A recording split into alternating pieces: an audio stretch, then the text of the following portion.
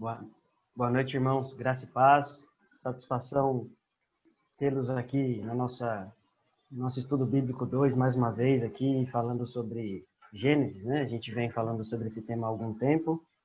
Eu queria saudar vocês com a santa paz do Senhor Jesus, que nós tenhamos uma aula abençoada, edificante, com os nossos professores master aqui. Gostaria que eles dessem uma saudação aí para vocês. Graças e paz, alunos! Ainda no online aqui, mas com aulas muito bem preparadas, professores de peso aqui. Então, também saúdo aí os alunos com a graça e a paz do nosso Senhor Jesus. E lembrando o nosso professor Diego, né, que sempre fala, ó, Bíblia, caneta e caderninho na mão aí, porque a aula vai começar e é importante que vocês estejam juntos conosco aí com o kit completo, né? Amém. Graças e paz, irmãos. É uma satisfação imensa poder estar aqui mais uma vez, participando dessa aula. É louvável aí a participação dos irmãos, né? O empenho em continuar estudando, mesmo em meio à pandemia aí, nesse método à distância. E que o Senhor continue falando aos nossos corações e edificando a nós através da sua palavra. É um prazer enorme poder estar aqui mais uma vez. Amém. Bom, a gente vai falar hoje sobre bênçãos proféticas, né? E para que essa aula realmente seja uma bênção, eu gostaria de pedir para o Ernesto orar para a gente começar essa aula. Amém. Vamos fechar nossos olhos nesse momento e você também está em casa, participe conosco nessa oração. Pai, em nome de Jesus, primeiramente te agradecemos, Deus, pela oportunidade que nós temos de ainda nesse cenário de pandemia, nesse cenário, meu Pai, ainda mais restrito, podermos estudar através dessas ferramentas poderosas, Senhor Deus, que o Senhor preparou para nós. Pedimos a Ti, ó Deus, que abra o coração e o entendimento de cada aluno, Senhor, para que possa compreender a Tua palavra. Porque não estamos apenas estudando, Senhor Deus, um livro que foi escrito. Estamos estudando a palavra viva, Pai, carregada do Teu poder. E somente através do Teu Espírito, Senhor Deus, nós podemos discernir estas coisas, esses temas que são temas espirituais. Por isso, toque sobre o coração de cada aluno, Senhor Deus. Prepare, Senhor, a mente deles para que possam compreender a Tua vontade, a Tua verdade, e assim possam viver essa realidade em suas vidas, em nome de Jesus. E prepare os professores mais uma vez, Senhor Deus, com o Teu poder para mais uma aula carregada do Teu Espírito. Em nome de Jesus. Amém. Amém. Bom, então, como eu já havia adiantado, a gente vai falar hoje sobre bênçãos proféticas. Só para dar uma breve revisada aqui no que a gente vinha estudando, a gente vinha falando da vida de José e como Deus o usou, né, para preservar a vida das pessoas do Egito ali, do povo egípcio, e consequentemente todo seus arredores, né? Ele usou José para que libertasse os seus súditos, né, da fome. Deus então o levanta e o usa dessa forma, colocando em um lugar de honra, né, fazendo toda a provisão ali dos 7 anos de abundância e os 7 anos de fome. Caso você não tenha visto essa aula, ela está ali em Gênesis 46 a 47. Dá uma lida lá para que você fique inteirado do que a gente vai falar hoje.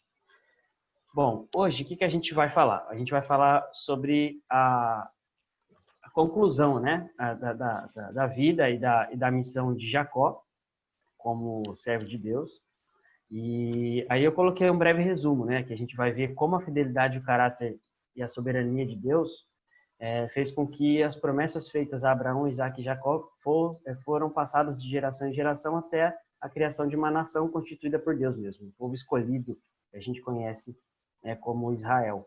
E como essa bênção chegou até nós, querendo ou não, porque ali foi o princípio de todo o propósito de Deus como nação, né? Então, eu gostaria de começar pedindo para um dos professores lerem Gênesis 48, 1 a 4, por favor. Maravilha, deixa que eu leio essa. E diz assim: E aconteceu depois dessas coisas que disseram a José: Eis que teu pai está enfermo.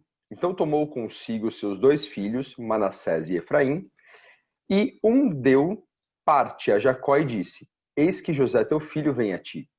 E esforçou-se Israel e assentou-se sobre a cama. E Jacó disse a José: O Deus Todo-Poderoso me apareceu em luz na terra de Canaã e me abençoou. E me disse: Eis que te farei frutificar e multiplicar, e te porei por multidão de povos, e darei esta terra à tua semente, depois de ti em possessão perpétua. Você vê a preservação da promessa ali, né? E Exatamente. como ela se estende à geração de José, né? Que Manassés e Efraim vão para lá, e a gente depois, conhecendo na história, sabe que eles entraram no hall dos 12 ali, né? Exato. O Ernesto deu um spoiler aí, é realmente isso que a gente vai falar. A gente vai falar sobre como José foi honrado, né, através dos filhos nessa divisão da herança e na divisão do território de Israel, por causa das obras, né, por causa da honra e por causa de tudo que ele proporcionou ali para o povo dele.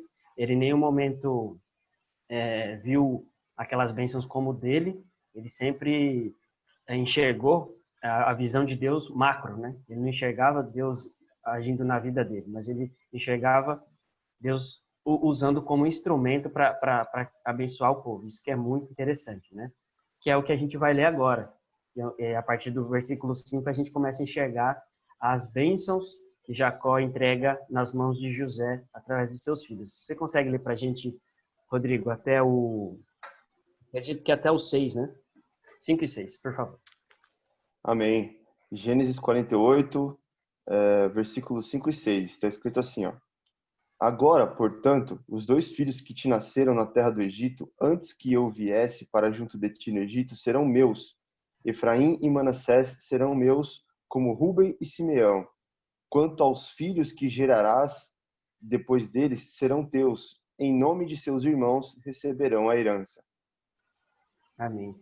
Então aqui a gente consegue enxergar a importância que ele deu aos filhos de José, comparando eles a Ruben e Simeão, que eram os primogênitos de Jacó. Então ele compara essa bênção da primogenitura que ele está entregando para os filhos de José a maior herança que poderia se ter, que é a bênção da primogenitura de Jacó. Então os netos de Jacó acabaram recebendo a bênção da primogenitura no lugar dos próprios filhos. E a gente vai depois entender o porquê. Inclusive, o Ernesto muito bem explicou nas aulas anteriores a razão disso, né?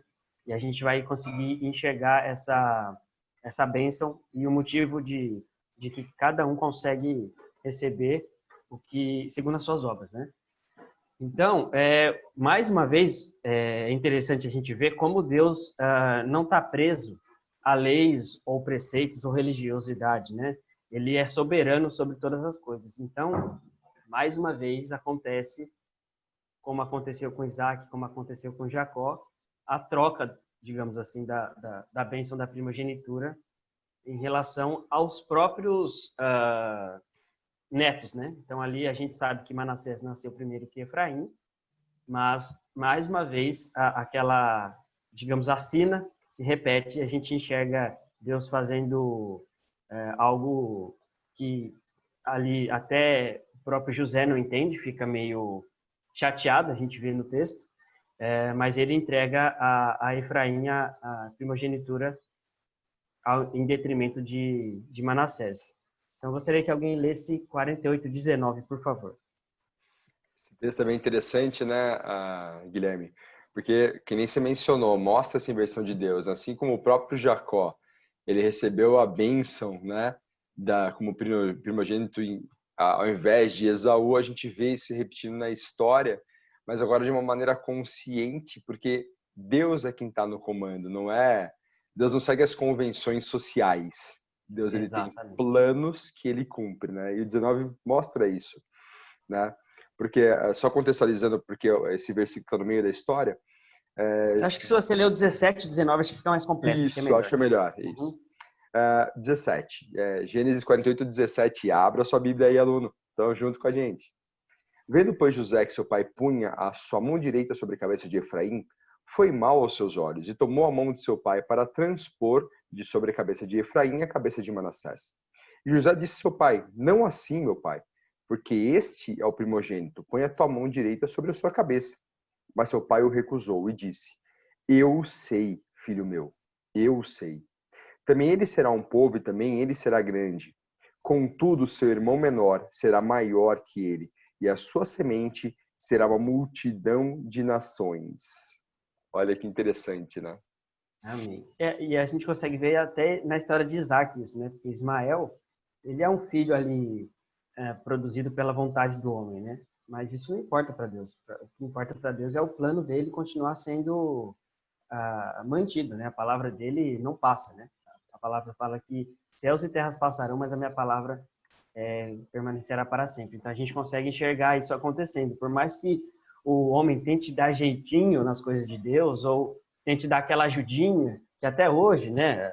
Todos nós, às vezes, não temos a paciência de esperar os planos de Deus nas nossas vidas, a gente acaba dando como se Deus precisasse da nossa consultoria, né? Para estabelecer os propósitos dele.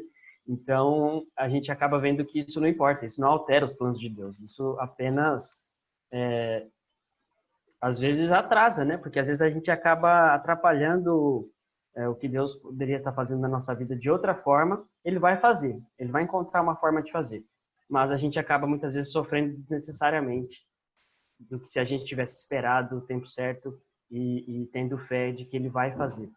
Sim. Ô, Gui, Pode falar. é por isso que eu não consigo fazer uma leitura, uma compreensão do texto bíblico sem enfatizar e sem tomar como prioridade, digamos assim, a soberania de Deus, porque a gente vê o tempo todo a soberania de Deus nas Escrituras, né? Então não tem como a gente limitar a soberania de Deus, né? É o que a gente está vendo aqui. Jacó fala, viu? Eu sei, mas Deus está me mandando passar a primogenitura para o outro. É Ele quem determina as coisas, é Ele quem está no controle das coisas, né? Então a gente percebe isso no texto bíblico o tempo todo e assim, não há como você excluir a soberania de Deus, né? Acho que fica bem claro aqui nessa passagem. Até mesmo quando a gente olha para José, que foi a aula anterior, a gente percebe Deus usando o próprio mal, né? Usa o mal para salvar o povo de Israel. Ele está usando o mal que foi causado a José, ele está usando o mal. Deus usa o mal para salvar o seu povo. Então, assim, ele está no controle o tempo todo. Isso que é interessante. E você vê um outro ponto que eu acho válido pra caramba, o caso mesmo de José. José, ele não se torna uma tribo, ele não se torna um herdeiro daquela herança, e eu não sei, eu tenho que olhar um pouco mais afim, mas quando Jacó puxa Manassés e Efraim para ele, para serem diretamente ligados à herança, fala, os outros filhos que você tiver são teus e seguem a tua herança, mas esses são meus. Então, a bênção fica na descendência de José, mas você não vai ter uma tribo de José colocada. Você vai ter, junto com os seus tios ali, né? Você vê Efraim e Manassés assumindo essa bênção. Então você entende que essas relações com Deus, elas acontecem, muitas vezes quando a gente brinca, que Deus muitas vezes tem uma promessa na minha vida que vai se cumprir na vida do meu filho, né? O plano de Deus é maravilhoso. E como o Rodrigo bem falou, Deus está no comando. E Deus, ele revela aos seus servos o que ele vai fazer. A gente vê Gênesis 49, a bênção que Jacó profere a seus filhos, né? De maneira muito completa, Deus vai dizendo o que ele vai fazer em cada nação. Como é que Jacó poderia prever isso? Não poderia prever isso. Mas o Espírito de Deus que habitava sobre ele, que se colocava sobre ele, profetizou e colocou em ordem aquilo que Deus iria fazer. Então Deus revela aos seus servos o que ele vai fazer de maneira plena e completa, evidenciando que ele está no comando. Ele e só. Ninguém de nós tem poder para transformar a história se Deus assim não quiser. Amém. E a gente consegue enxergar também como Deus não dá nenhuma margem para que a glória seja dividida com ninguém, né? Ele deixa bem claro que, apesar de todos os erros e interferências humanas, ele cumpre o propósito dele. Isso que é bastante interessante. Então, em nenhum momento a gente vê mérito de José, mérito de Jacó, é tudo parte de um plano maior. Uma coisa que eu achei bastante interessante é que Efraim, que significa frutífero, acabou sendo um sinônimo de Israel, né? Então, eu achei bastante interessante isso. Tamanha é a bênção de que Efraim recebeu, né? Ele é comparado a Israel, né? Então, a gente consegue fazer essa analogia aí. Os dois têm o mesmo significado. E a gente sabe que os nomes antigamente tinham um significado e estavam sempre atrelados a história da pessoa, né? E etc. Exatamente. Então, passando aqui para a próximo slide, aqui vai o que o Ernesto estava falando, né? Que Jacó abençoa cada filho de acordo com as suas obras, de acordo com as suas características, de acordo com a sua história, né?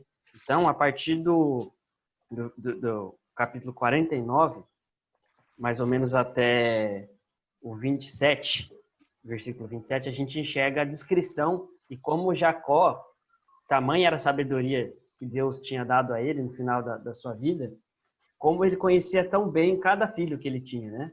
Então, ele tem uma história para contar de cada filho, ele tem uma característica marcante de cada filho, e através disso ele consegue, Deus dá a revelação para ele até de o que vai acontecer com a descendência de cada um, né? Acho isso muito interessante, porque a gente vê como começou conturbada a história de Jacó, e como no final da vida ele estava com tamanha comunhão com Deus que ele conseguia enxergar toda esse futuro aí de que Deus tinha preparado para a descendência dele, né?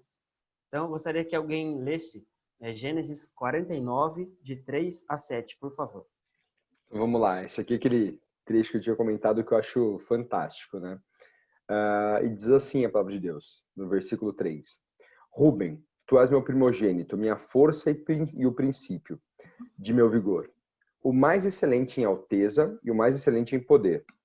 Inconstante como a água, não serás o mais excelente, porquanto subsiste ao leito de teu pai. Então contaminaste, subsiste a minha cama. Isso ele faz a referência àquele fato dele deitar com a comida do pai, né? Exato. Versículo 5. Simeão e Levi são irmãos. As suas espadas são instrumentos de violência. No seu secreto conselho, não entre minha alma. Com a sua congregação, minha glória não se ajunte. Porque no seu furor mataram varões e na sua teima arrebataram bois. Maldito seja o seu furor, pois era forte, e a sua ira, pois era dura. Eu os dividirei em Jacó e os espalharei em Israel. Até o 7, né? Isso. E então, esse é outro ponto interessante, né, de Levi ali, a gente vê naquele episódio onde Diná, né, Tomada, eles entram e matam todo mundo, fazem aqueles... E, de fato, a tribo de Levi, qual que é a terra da tribo de Levi? Onde ela foi colocada? Os levitas foram espalhados entre as outras nações. Eles eram uma tribo sacerdotal que não tinha posses. Eles tinham ali as suas terras ao redor dos pontos de adoração, mas eles não tinham uma terra de Levi. Então, de fato, Deus pegou aquela nação e aquela tribo, né, e espalhou ela entre as outras nações, né? É interessante pensar o motivo disso, pela violência deles. Eles são espalhados, então não tem a força da unidade, e ali eles servem a Deus de uma maneira excelente, como os levitas aí, né? A tribo que servia. Muito legal como Deus transforma também essas histórias, né? Amém. E a gente consegue enxergar também como, apesar da graça ter sido para todos, todos receberam sua porção, Deus reconhece, né, o que cada um fez, tanto de bom quanto de ruim, Sim. e retribui isso para eles. Então a gente enxerga tanto o Rubem quanto o Simeão e Levi que pecaram e acabaram dividindo ali a família, por mais que tenha sido motivos diferentes, a gente enxerga que isso não caiu no esquecimento, né? Isso ficou ali na hora da divisão. Isso causou também a perda da primogenitura, né? Mais uma vez a gente vê esse problema acontecendo na família. Então a gente consegue ver como Deus guarda, né? Guarda o galardão ali para cada um dos seus, mas ele não esquece dos feitos, né? De cada um. Então acho bem interessante o versículo o 6 eu acho interessante porque ele fala que o 7 ele se coloca em terceira pessoa, né? Dividi-los-ei em Jacó e o espalharei em Israel. É legal como ele fala a terceira pessoa, dá a impressão que ele dividiu os filhos nele mesmo, mas quando ele fala em espalharei em Israel, ele já está falando do território de Israel, né? Sim. Então ele já não é uma pessoa, ele é uma nação, né? Então é muito interessante ver essa analogia que ele faz nesse texto. Até não sei se de fato isso foi Moisés ou o próprio Jacó já se reconhecia, mas o se nomear a nação de Israel é interessante, né? O nome da nação de Israel ele nasce nesse contexto, né, de Jacó já no Egito, porque os filhos de Jacó e o termo tribo de Israel, nação de Israel, vai nascendo já no contexto de Egito. Essa que é um fato interessante também. Não sei se o Rodrigo tem algo a acrescentar sobre esse detalhe ali, mas eu acho bem engraçado esse momento. Acho que é isso mesmo, Ernesto. Acho que a leitura é essa. E a gente vai percebendo o quê, né? O desenho vai ficando mais claro, né? É como se lá em Abraão começasse a fazer o esboço de um desenho, de uma promessa que foi lá a promessa de uma grande nação em Abraão, e agora aqui nesse período do finalzinho de Gênesis você já vai vislumbrando esse desenho pronto, né? Como que foi se desenhando toda a promessa lá atrás. Acho que é isso mesmo. E começa tudo isso aí, né? Tomar um corpo mais claro ali no Egito, né? Curioso isso é curioso, bem curioso. Também. Aí eu coloquei até um fato interessante que tá mais claro ali em 1 Crônicas 5:1-2, se um dos professores quiserem ler, porque como Rubem, Simeão e Levi acabaram por perder a primogenitura, acho que fica óbvio aqui, pela ordem que Jacó convocou os filhos, quem ficou com a primogenitura, que foi José, mas quem recebeu a herança foram os filhos, né? Então a gente consegue ver quem foi o escolhido de Jacó para receber a primogenitura, mesmo sendo o 11º filho, né? A ordem, mais uma vez, não voga nesse caso. Você pode ler para a gente? Claro, vamos lá. 1 Crônicas, capítulo 5, o versículo 1 e 2, vai falar da descendência de Ruben aí, né? Vamos lá, está escrito assim, ó. Quanto à descendência de Ruben, o primogênito de Israel, mesmo sendo o primeiro e mais velho dos filhos, o seu direito de primogenitura foi outorgado aos filhos de José, filho de Israel, porquanto ele havia desonrado o leito de seu pai, de modo que não foram registrados em sua genealogia seus direitos como primeiro filho. Contudo, embora Judá tenha sido o mais poderoso de seus irmãos e dele havia brotado um príncipe e líder, os direitos de filho mais velho foram entregues a José. Sensacional, né? Esse texto é muito.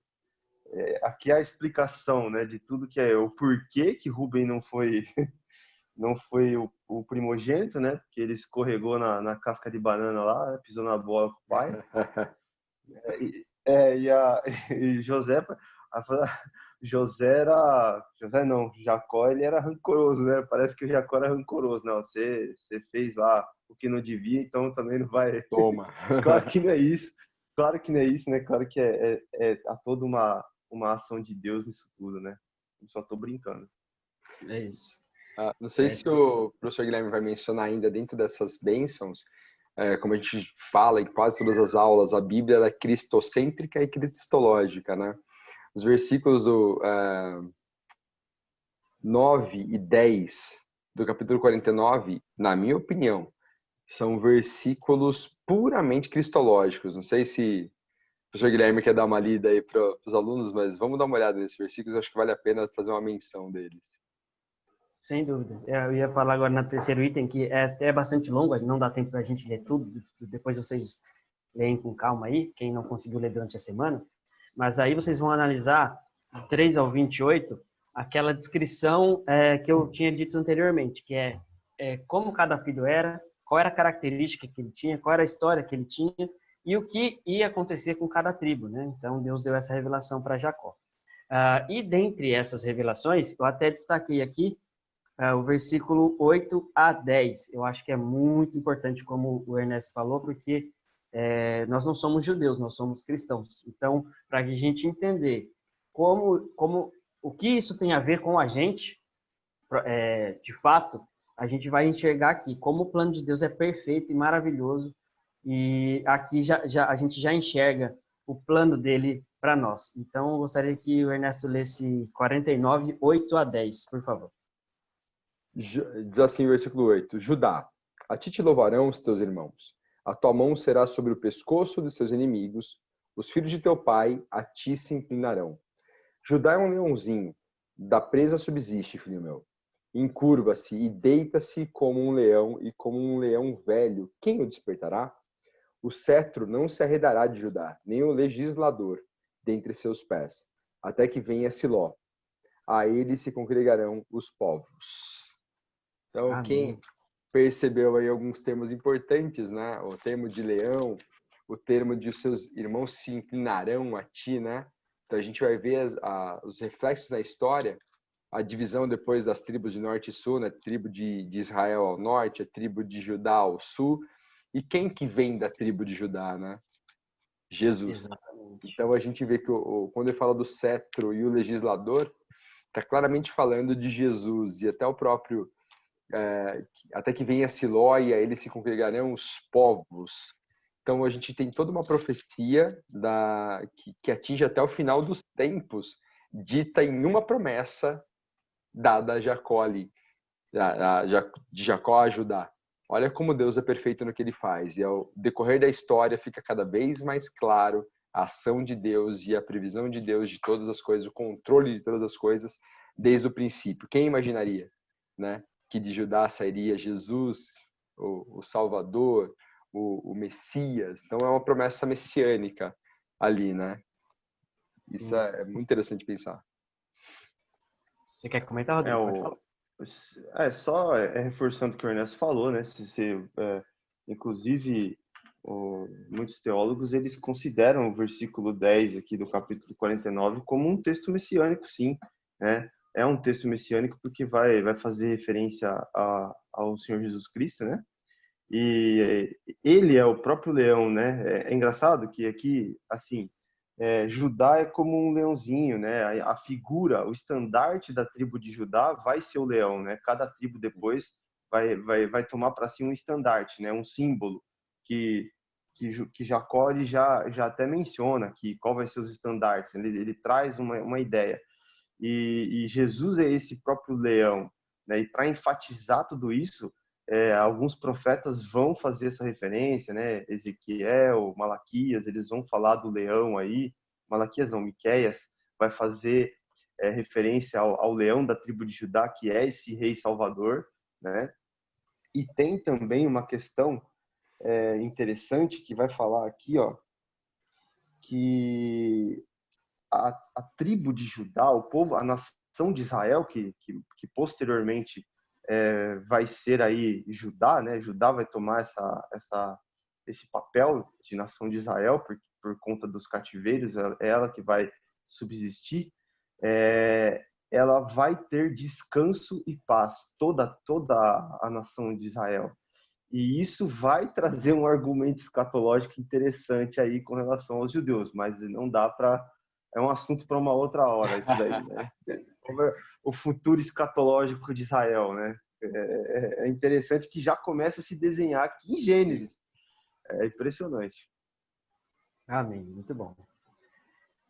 Bom, acho que os versículos que eu queria enfatizar dentro desse período que eu citei, eles são esses, tá?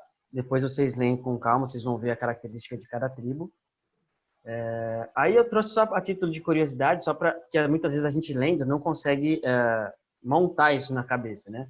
Então eu coloquei aí a árvore genealógica de Jacó, a gente consegue entender aí como essa árvore genealógica resultou nas 12 tribos, e a gente consegue enxergar ali a passagem de Efraim e Manassés a título de herança ali, né? Eles estão na mesma linha dos outros filhos de Jacó. Então, a gente consegue enxergar ali José e Benjamim, que nós sabemos que eram os queridinhos, né, de Jacó. A gente enxerga depois a bênção acaba tendo a continuidade através deles, né?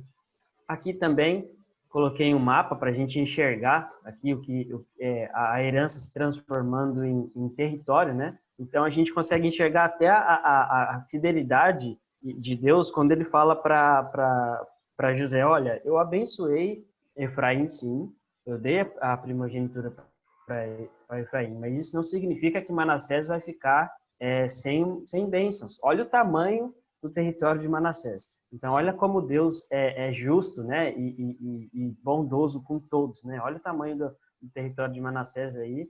Eu ouso dizer que só perde para Judá, a gente olhando assim, me parece, né? Então, é um território bastante vasto Só a título de curiosidade me lembrou até o professor Isaías nas aulas de NCO, Geografia Bíblica. Muito legal. Vocês querem fazer algum comentário sobre o mapa? Não. É interessante pensar, né, que Simeão acaba sendo rejeitado, desqualificado também da bênção. Se você vê Simeão ali ilhado depois dentro de Judá, né? É interessante pensar essa história também. É, como se fosse um subterritório de Judá, né? Depois acaba sendo meio que É, absorvido. e mais para frente a gente vai perceber também que os territórios eles têm a ver com a própria exploração, né? As tribos elas vão pleitear contra as nações e isso vai também influenciar na divisão do território, porque vai ter tribo que não vai querer ir conquistar território, a gente vai ver isso no texto, vai ter tribo que vai pedir ajuda e vai todo mundo lá, e depois todo esse desenho aí de geográfico, vamos dizer assim, tem toda uma metodologia por trás aí que Deus, como o Guilherme falou, Deus ele vai agir com sua justiça.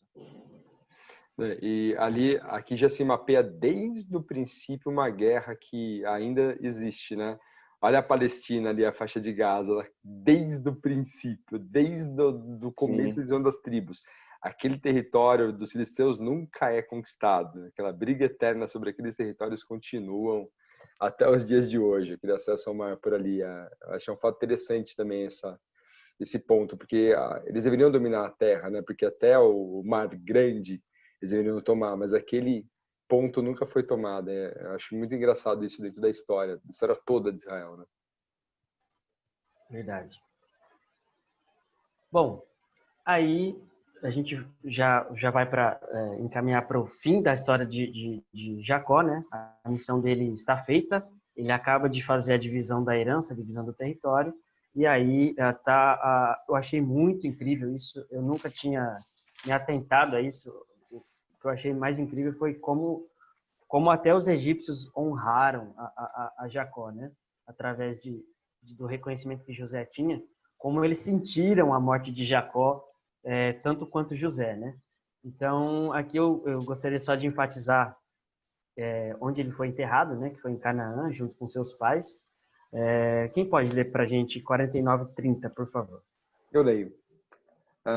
Diz assim: na cova que está no campo de Macpela, que está em frente de Manre, na terra de Canaã, a qual Abraão comprou com aquele campo de Efron, o heteu por herança de sepultura. Ali sepultaram Abraão e Sara, sua mulher, ali sepultaram Isaac e Rebeca, sua mulher, e ali sepultei Leia. Aí ele está falando de onde ele queria ser colocado, né? Exatamente. Então, o desejo dele acaba sendo cumprido aí pelos filhos, né? Os filhos se reúnem para poder fazer essa vontade do pai. E depois a gente vai ver essa honra que Jacó recebe aí a partir do versículo 3 do capítulo 50, né?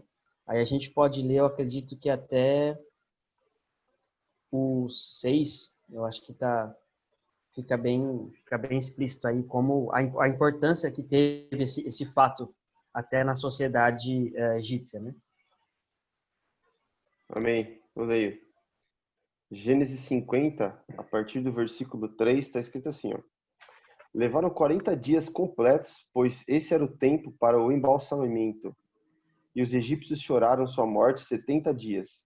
Quando terminaram os tempos de luto, José falou à corte de Faraó: se me é possível contar com vossa amizade e bondade, dizei isto aos ouvidos do Faraó em meu favor. Meu pai me fez prestar este juramento. Eu vou morrer, disse-me ele.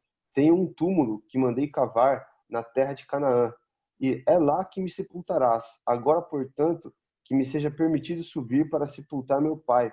Depois voltarei. O faraó aqueceu. Sobe e sepulta o teu pai, como ele te fez jurar. Então você vê que aqui, né, Gui, o vínculo que foi criado, né, entre Faraó e José, que a gente comentou um pouco sobre isso na aula passada, como que alguns aspectos que podem ter colaborado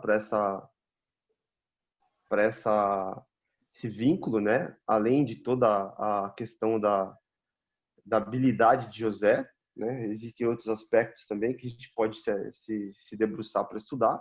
E também a questão do método de como a influência, né, egípcia, como você falou, na própria morte de Jacó, a questão do embalsamento, né? Que era um método que, a princípio, você não vê indícios disso nos patriarcas anteriores. Né? Você vê aí uma tecnologia egípcia sendo usada ali no povo de Deus. Você não vai ver isso acontecer, pelo menos eu não me recordo dos outros patriarcas terem sido embalsamados.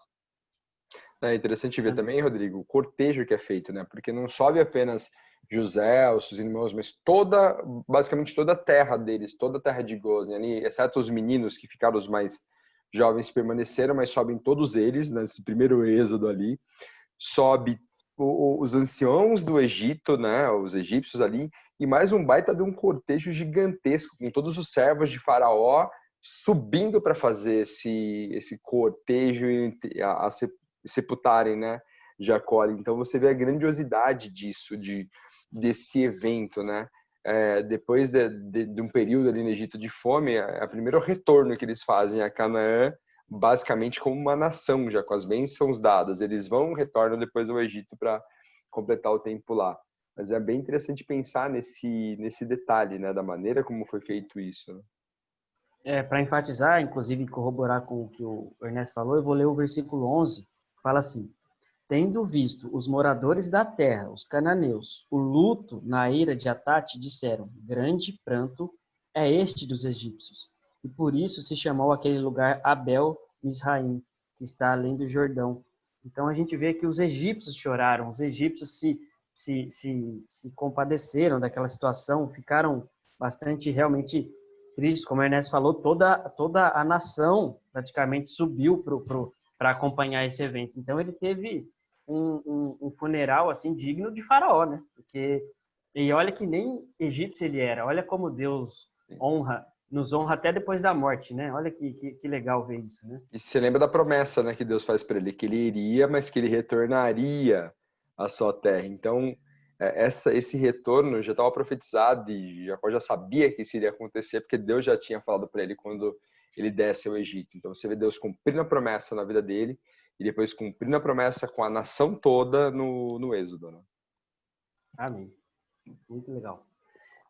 Depois a gente vai ver depois da morte, né, de Jacó, aí volta aquela relação de irmãos, né, que anos atrás era conturbada, que anos atrás foi tão complicada a ponto de venderem José como escravo, né, para o Egito. Então, dá a impressão que eles fazem um flashback ali, né? Nossa, agora nosso pai morreu, agora José está livre para fazer o que ele quer, e agora a gente tem que temer, porque o rapaz é poderoso, ele é um semi-rei, se ele quiser fazer o que ele quiser com a gente, ele vai fazer, porque não há autoridade que o impeça. E aí a gente vai ler aí Gênesis 50, 15 a 17, por favor. Eu leio essa. Gênesis 50, 15, e aí os nossos alunos abrem com a gente também, porque esse texto é muito importante. E diz assim: vendo então os irmãos de José que o seu pai já estava morto, disseram: porventura nos aborrecerá José e nos pagará certamente todo o mal que lhe fizemos. Portanto enviaram a José dizendo: teu pai mandou antes da sua morte, dizendo: assim direis a José: perdoa, rogo-te, a transgressão de teus irmãos e o seu pecado, porque te fizeram mal. Agora, pois, rogamos-te que perdoes a transgressão dos servos de Deus de teu pai. José chorou quando eles lhe falavam. Depois disso vieram também seus irmãos e prostraram-se diante dele e disseram: eis-nos aqui por teus servos. Olha como isso não tinha cicatrizado no coração deles. Eles ainda se sentiam culpados e ainda achavam que iam receber a punição, né? Porque eles acharam que José não tinha feito por honrar o pai, né? Porque o pai ainda estava vivo, mas eles ainda receberiam a punição. E olha como Deus trabalhou no coração de José isso, né? Como é lindo ver esse perdão. Inclusive no finalzinho do versículo, José chora copiosamente. Então a gente consegue ver como ele ainda como é verdadeiro esse perdão, né? Doeu, mas ele perdoou de tal forma que ele se compadeceu dos irmãos a ponto de chorar com isso que com o recado que ele recebeu, né?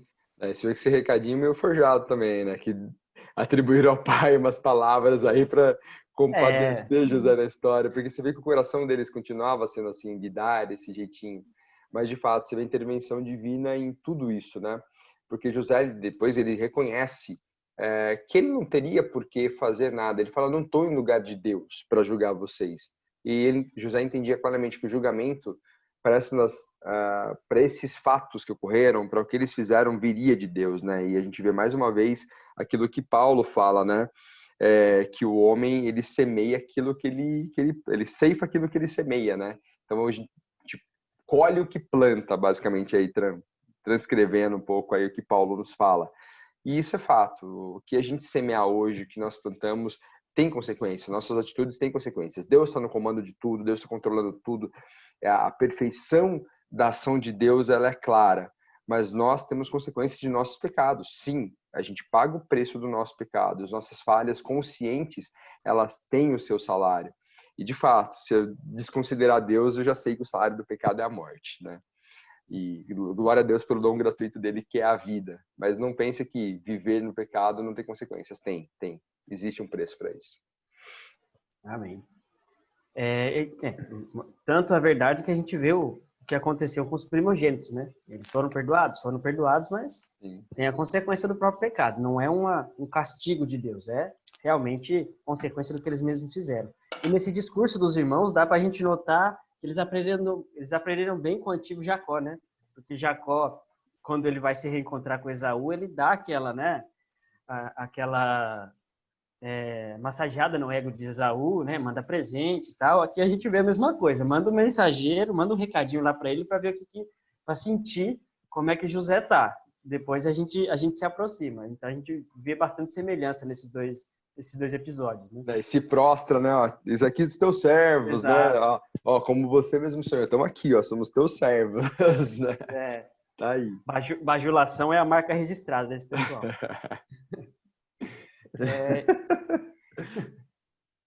E aí, o próximo passo é a resposta, né, de José. A gente enxerga como Deus nos ama, né? Então, através dessa atitude de José, a gente consegue enxergar o amor e a misericórdia de Deus. Você consegue ler para a gente, Rodrigo, de 19 a 21, por favor? Sim, claro, né? O versículo 18 ele vai representar aí que vocês falaram, né? Eles vão se colocar como escravos à disposição de José. Não, nós estamos aqui, nós somos seus escravos, né? E aí no versículo 19 começa a resposta de José para eles, né? Que é bem interessante.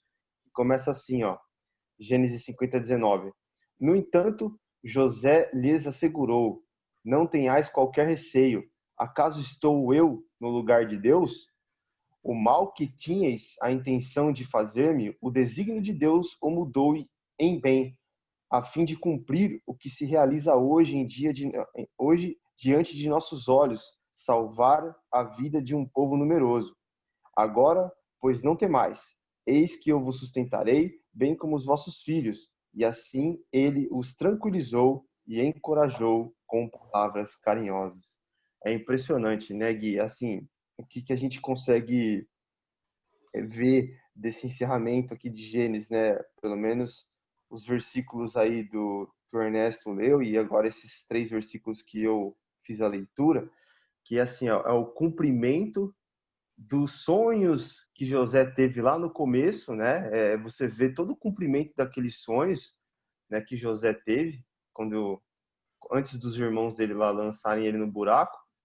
E você vê também que já aqui em Gênesis começa a se desenvolver a ideia de que só o amor justificador de Deus pode perdoar a maldade do pecado.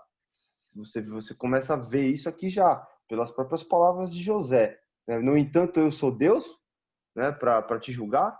Aqui já começa a desenhar essa questão do amor justificador de Deus aí. Amém. Glória a Deus, é isso mesmo. E a gente consegue também ver como Deus honra os humildes, né? Olha como José, no alto de sua autoridade, não ousa se igualar a Deus, né? Não, quem sou eu para julgar vocês? Deus me usou, mesmo vocês me fazendo mal. Ou seja, ele lembra de tudo que foi feito a ele, a gente percebe que em momento nenhum há uma mágoa, há um rancor. Ele apenas descreve o que foi feito a ele, mas ele reconhece Deus até nisso. Ele fala, né, que isso foi usado por Deus para salvar muita gente, né? Então, é muito interessante ver como Deus trata o coração de José e não permite que a soberba nem o orgulho tome conta, porque ele poderia muito bem ali, a gente sabe na história bíblica aqui, que por muito menos pessoas se julgaram ser igual a Deus. Então a gente consegue ver que tamanho poder que ele tinha não corrompeu o coração dele. Ele continuou com o coração temente a Deus, e isso é uma lição para nós, né? A gente enxerga muitas vezes pessoas alcançando cargos, pessoas alcançando poder, e no momento em que alcançam poder, elas esquecem de Deus, né? A gente lembra de Saul, né? Como ele acaba a palavra certa acho que é desandando mesmo. A gente enxerga que foi só chegar lá, é o famoso dê poder a pessoa para conhecê-la. Então a gente consegue enxergar o coração de José muito puro, desde o começo da história até aqui. Deus preserva esse caráter dele. Eu acho isso muito importante, uma lição para a gente. Né, isso é um fato interessante. Eu vejo a promessa de Deus, e aí eu reforço aquele ponto das descendências, né? Manassés, ele comete seus erros também, ele perde ali, né, para Efraim essa glória aí de seu primogênito, mas se percebe que mesmo dentro das descendências, sempre Deus levanta e honra a José com pessoas de caráter. Um exemplo é Gideão. Gideão tem um papel muito parecido na restauração, na reconstrução ali, e Gideão, ele era da tribo de Manassés. Então você vê, Deus vai sempre colocando homens de preeminência, honrando aquelas gerações de pessoas que foram fiéis a ele, né? Mesmo que hajam falhas no meio do caminho, você vê a preservação de Deus e a ação de Deus levantando homens dentro dessas tribos para fazer grandes coisas. Eu acho magnífico isso, o poder que Deus tem, né? De trabalhar as vidas e de confirmar sua promessa em todo tempo, em todo momento, né? Não sei se vocês vão mencionar ainda a morte do próprio José ali, né? Que mais uma vez uma promessa se cumpre quando ele já profetiza do êxodo, há o êxodo ali depois, e os ossos dele são removidos também do Egito, elevados, e tudo isso tem uma simbologia muito importante, muito forte, né, em tudo aquilo que Deus fez. Amém. E a gente consegue ver como Deus honra até pela justiça dele, porque ele não muda. A gente vê que ele honra até Levi, né? Porque se a gente for enxergar lá na frente, Moisés é da tribo de Levi, né? Então a gente vê como Deus levanta esses homens realmente, como você falou, para redimir e levantar mesmo, edificar essas tribos em diferentes épocas. Mas é muito legal ver a soberania de Deus em toda a história, né? Bom, como você falou, tem a história da morte de José, né? Aqui a gente já parte para a conclusão. Aí acho que vale a pena a gente ler Gênesis 50, 22 a 26, só para a gente entender como se conclui Gênesis, para a gente, nas próximas aulas, começar a próxima etapa já bem esclarecidos de como se encerra Gênesis e como se encerra esse período aí patriarcal, né? Eu vou ler aqui. Então fala a morte de José. José habitou no Egito, ele e a casa de seu pai, e viveu 110 anos. Viveu José e os filhos de Efraim até a terceira geração. Também os filhos de Maquir, filho de Manassés, os quais José tomou sobre seus joelhos. Disse José a seus irmãos: Eu morro, porém Deus certamente vos visitará e vos fará subir desta terra para a terra que jurou dar a Abraão, Isaque e Jacó. José fez jurar os filhos de Israel, dizendo: Certamente Deus vos visitará e fareis transportar os meus ossos daqui. Morreu José, da idade de 110 anos. Mais uma vez, como o Rodrigo falou, eles o embalsamaram e o puseram num caixão do Egito. Aí a gente consegue ver como ele foi influenciado pela cultura também, né? Ele vivia não como um egípcio no sentido das práticas que eles tinham, idólatras, etc. Mas a gente vê ele muito arraigado, né? Muito inserido naquela cultura egípcia. Tamanho foi a importância e o tempo que ele viveu no meio daquele povo, né? Eu vejo claramente essa profecia, né, que ele fala no versículo 24: eu morro, mas Deus certamente vos visitará e vos fará subir dessa terra para a terra que jurou a Abraão, né? E é legal a gente pensar que, assim, ele profetiza isso no momento que o povo estava muito bem visto. A gente viu os versículos anteriores, né, o cortejo para levar o corpo de Jacó. Então, José tinha uma posição, um cargo muito importante. Ele sustentava a posição desse povo. Logo depois da morte dele, né, e termina o Gênesis, a gente vai entrar no primeiro capítulo de Êxodo, onde já se relata uma mudança muito grande de comportamento e o medo do tamanho desse povo, que o povo cresceu e cresceu muito, a ponto de ali começar assim: nasceu o homem, mata. Nasceu o homem, morre aí. Vai ter toda a história linda que a gente vai ver sobre Moisés, mas isso aí é assunto para a próxima aula. Exatamente. Então, vamos partir para a conclusão. Eu vou depois pedir para cada professor dar a sua visão, a sua análise, mas eu coloquei uns pontos que me chamaram bastante atenção, que a gente enxerga como Deus estende a sua graça a todos, né? Porque através de José, a graça alcançou o povo egípcio, que era um povo que não era temente a Deus, ao nosso Deus, e mesmo assim eles foram beneficiados pela graça de Deus, pela misericórdia ali, pela provisão, utilizando a vida de José. A gente consegue enxergar em todo Gênesis, toda a Bíblia, como o plano de Deus é cumprido e não pode ser frustrado pela ação humana. Ninguém pode frustrar os planos de Deus. O que está escrito, o que ele prometeu, vai ser cumprido, vai acontecer.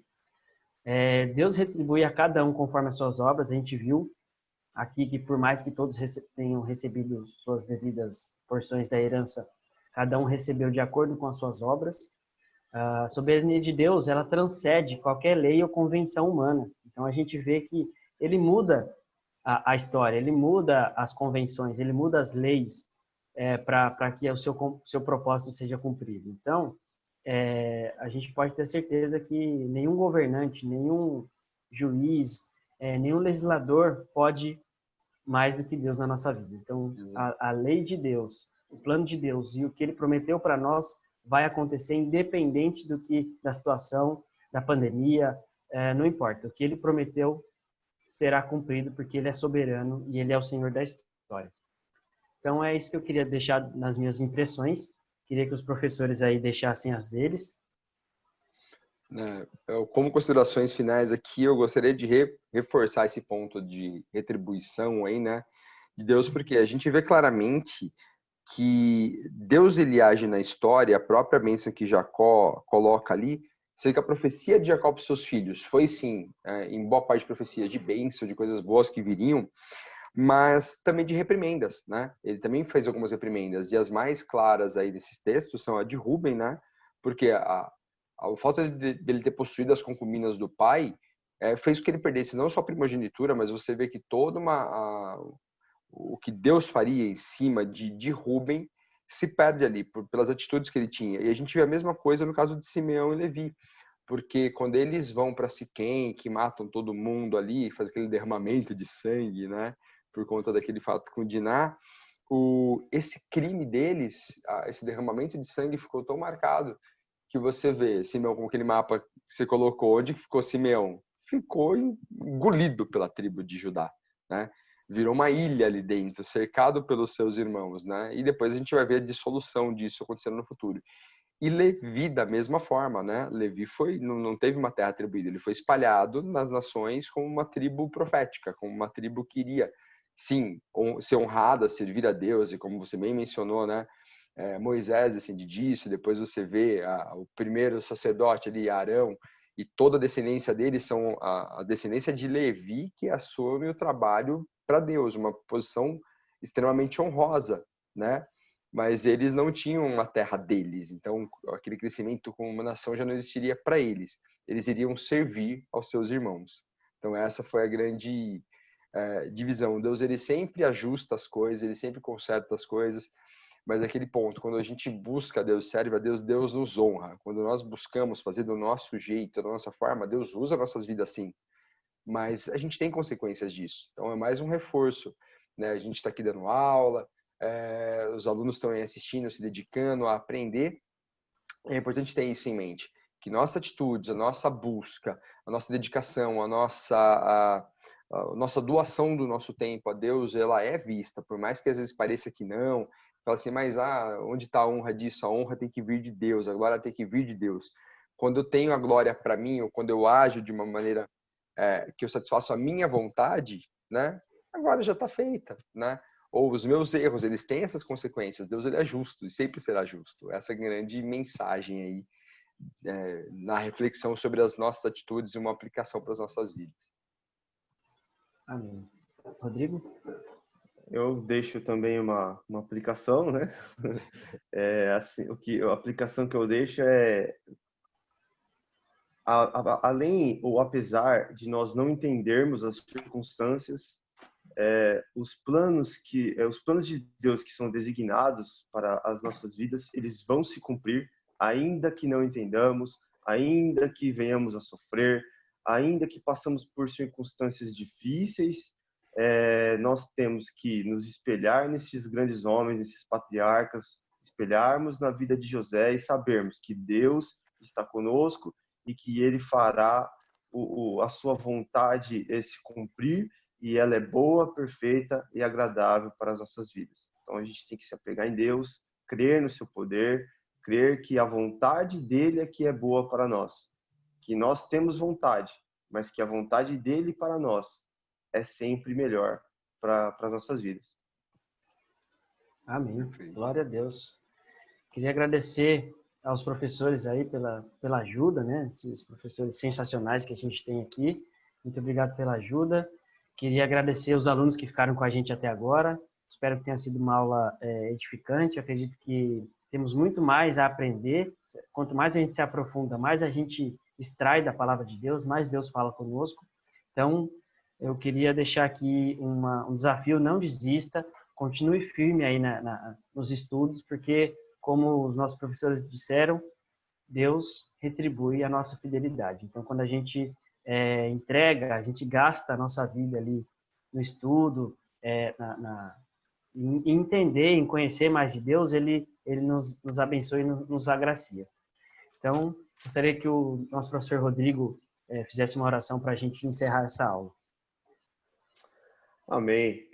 Feche seus olhos, vamos orar a Deus, agradecendo por mais uma aula aí que nós tivemos. Amém? Bendito Deus, nós oramos a Ti agradecidos, Pai, porque o Senhor nos deu a Tua palavra, que é a nossa maior herança aqui na terra.